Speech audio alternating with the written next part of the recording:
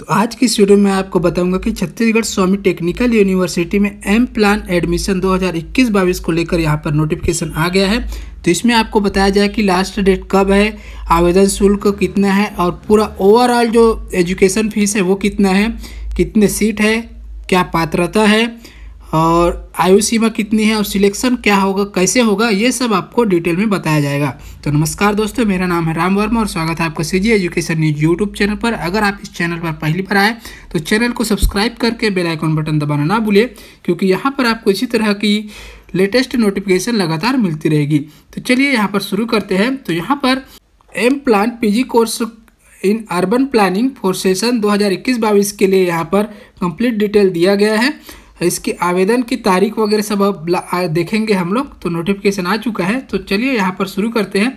तो M plan पाठ्यक्रम में गेट नेट को मान्य किया जाता है। इन परीक्षाओं का आयोजन IIT द्वारा किया जाता है। विश्वविद्यालय शिक्षण संस्था द्वारा संचालित जो पाठ्यक्रम है उसमें सीट कितने हैं ये सब यहाँ पर आपको बताया गया है। तो master of planning urban planning में कुल जो है 40 सीट है टोटल। उसमें सीजी कोटा वालों के लिए 30 है और प्रायोजित कोटा वालों के लिए 10 है। तो आइए देखते हैं सीजी कोटा का मतलब क्या है। तो छत्तीसगढ़ राज्य कोटा मतलब इस कोटा के अंतर्गत छत्तीसगढ़ के मूल निवासी छात्रों को प्रवेश के हेतु प्राथमिकता दी जाएगी। छत्तीसगढ़ राज्य के मूल निवासी उपलब्ध न होने पर इसे आवश्यकता अनुसार अन्य राज्य के अभ्यर्थियों द्वारा भरा जा सकता है। तो सीजी कोटा का मतलब है जहाँ के मूल निवासी है उसे पहले एडमिशन दिया जाएगा। प्रयोजित कोटा में केवल प्रयोजित अभ्यर्थी प्रवेश ले सकता है, निवासी का बंधन नहीं है। इस कोटे में प्रवेश के लिए परीक्षा की आवश्यकता नहीं है, से सभी नियम लागू रहेंगे। तो यहाँ पे जो बाहर के भी है वो भी ले सकते हैं। प्रयोजित कोटा जो है उसमें प्रयोजित अभ्यर्थी से तात्पर्य उस व्यक्ति से है जो इन नियमों के अंतर्गत प्रवेश के इच्छुक है एवं जो राज्य शासन, केंद्र शासन, किसी पंजीकृत कंपनी संस्था में पूर्णकालिक अथवा संविदा पर कम से कम 2 वर्ष से नियोजित है तथा जिसे नियुक्त प्राधिकारित अधिकारी द्वारा पूर्णकालिक पाठ्यक्रम में प्रवेश लेने तथा अध्ययन हेतु अनुमति दिया गया हो। प्रयोजित सीटें नहीं भरने पर इसे अप्रयोजित अभ्यर्थियों से गेट नेट के माध्यम से भरा जा सकेगा। उसी प्रकार यदि सामान्य अप्रयोजित अभ्यर्थियों से गेट नेट के माध्यम से सीटें नहीं भरती तो उसे प्रयोजित अभ्यर्थियों से भरा जा सकेगा। तो दोनों है, अगर इस तरीके से नहीं भरता है अप्रयोजित से तो उसमें प्रयोजित को भरा जाएगा और उससे नहीं भरता है तो अप्रयोजित से जो है वो भरा जाएगा। प्रयोजित एवं अप्रयोजित कोटे में प्रवेश के तत्पश्चात भी यदि सीटें खाली रहती है तो इसे नॉन गेट के अभ्यर्थियों से भी भरा जा सकेगा। ऐसी स्थिति में मेरिट का निर्माण परीक्षा के प्राप्तांकों के प्रतिशत के आधार पर किया जाएगा। मतलब हर हाल में सीटें भरी जाएगी, साफ साफ मतलब है। लेकिन पहले जो नियम अनुसार है उसके हिसाब से भरेंगे और उसमें नहीं भरता है तो फिर नॉन गेट वाले से भी इसको भरा जा सकेगा।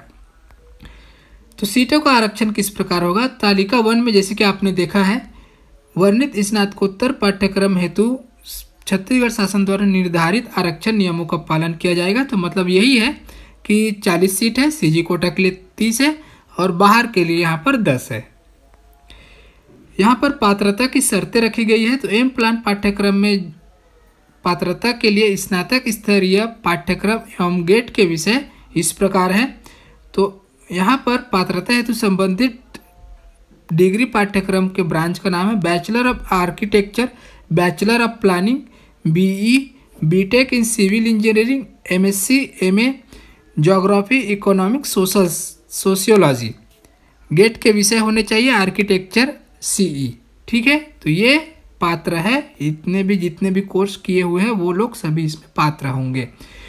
मास्टर ऑफ प्लानिंग पाठ्यक्रम में प्रवेश के लिए उम्मीदवारों को मान्यता प्राप्त विश्वविद्यालय संस्था से पात्रता हेतु उपरोक्त संबंधित उपाधि में अनारक्षित वर्ग के लिए कम से कम 50%, देखिए अनारक्षित वर्ग के लिए 50% प्राप्तांक एवं छत्तीसगढ़ के अनुसूचित जाति, अनुसूचित जनजाति, अन्य पिछड़ा वर्ग तथा निःशक्तता से बाधित ST, SC, OBC और PWD के लिए 45% प्राप्तांकों के साथ उत्तीर्ण होना चाहिए।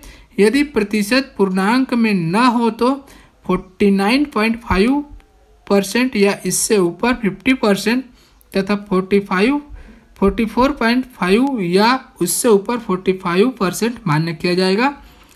बीई के समकक्ष उपाधि जैसे कि MHRD से मान्यता प्राप्त संस्था से मान्यता प्राप्त AMIE आदि उपाधि को भी प्रवेश हेतु पात्र माना जाएगा।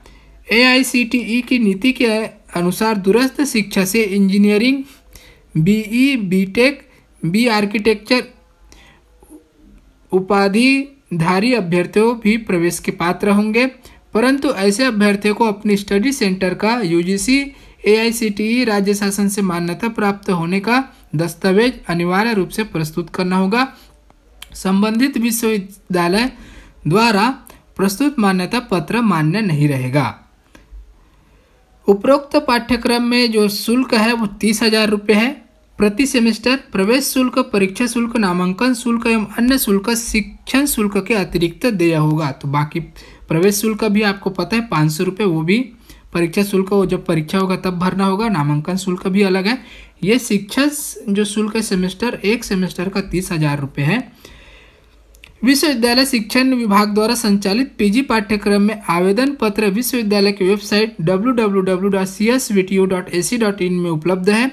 निर्धारित प्रारूप में आवेदन पत्र भर कर समस्त सहपत्रों सहित विश्वविद्यालय में जमा करने की अंतिम तिथि 25 अक्टूबर 2000 निर्धारित की गई है। आवेदन पत्र के साथ आवेदन शुल्क की राशि 500 रुपये प्रति आवेदन शुल्क SBI चालान या SBI कलेक्ट के माध्यम से जमा करना अनिवार्य है। तो इसका आवेदन फॉर्म का जो लिंक है मैं डिस्क्रिप्शन में दूंगा, वहां से आप फॉर्म भर सकते हैं। उसके बाद आयु सीमा जो है यहाँ पर प्रथम वर्ष में प्रवेश के लिए 1 अक्टूबर 2021 को अधिकतम आयु सीमा 40 वर्ष निर्धारित की गई है। छत्तीसगढ़ के अनुसूचित जाति, अनुसूचित जनजाति, अन्य पिछड़ा वर्ग, निःशक्तता से बाधित महिला आवेदकों के लिए आयु सीमा 3 वर्ष की छूट रहेगी। प्रयोजित अभ्यर्थियों के लिए अधिकतम आयु सीमा का बंधन नहीं है। प्रवेश हेतु चयन की पद्धति जो है इस प्रकार रहेगी। मास्टर ऑफ प्लानिंग पाठ्यक्रम में प्रवेश हेतु अभ्यर्थी का चयन IIT द्वारा आयोजित प्रवेश परीक्षा गेट के मेरिट के आधार पर किया जाएगा। प्रवेश परीक्षा में 0 से अधिक प्राप्तांक अनिवार्य है। इससे कम प्राप्तांक होने पर प्रवेश की पात्रता नहीं रहेगी। मेरिट प्रवेश परीक्षा के प्राप्तांक प्रतिशत के आधार पर तैयार किया जाएगा। अभ्यर्थी के पास संबंधित प्रवेश परीक्षा का वैध स्कोर कार्ड होना चाहिए।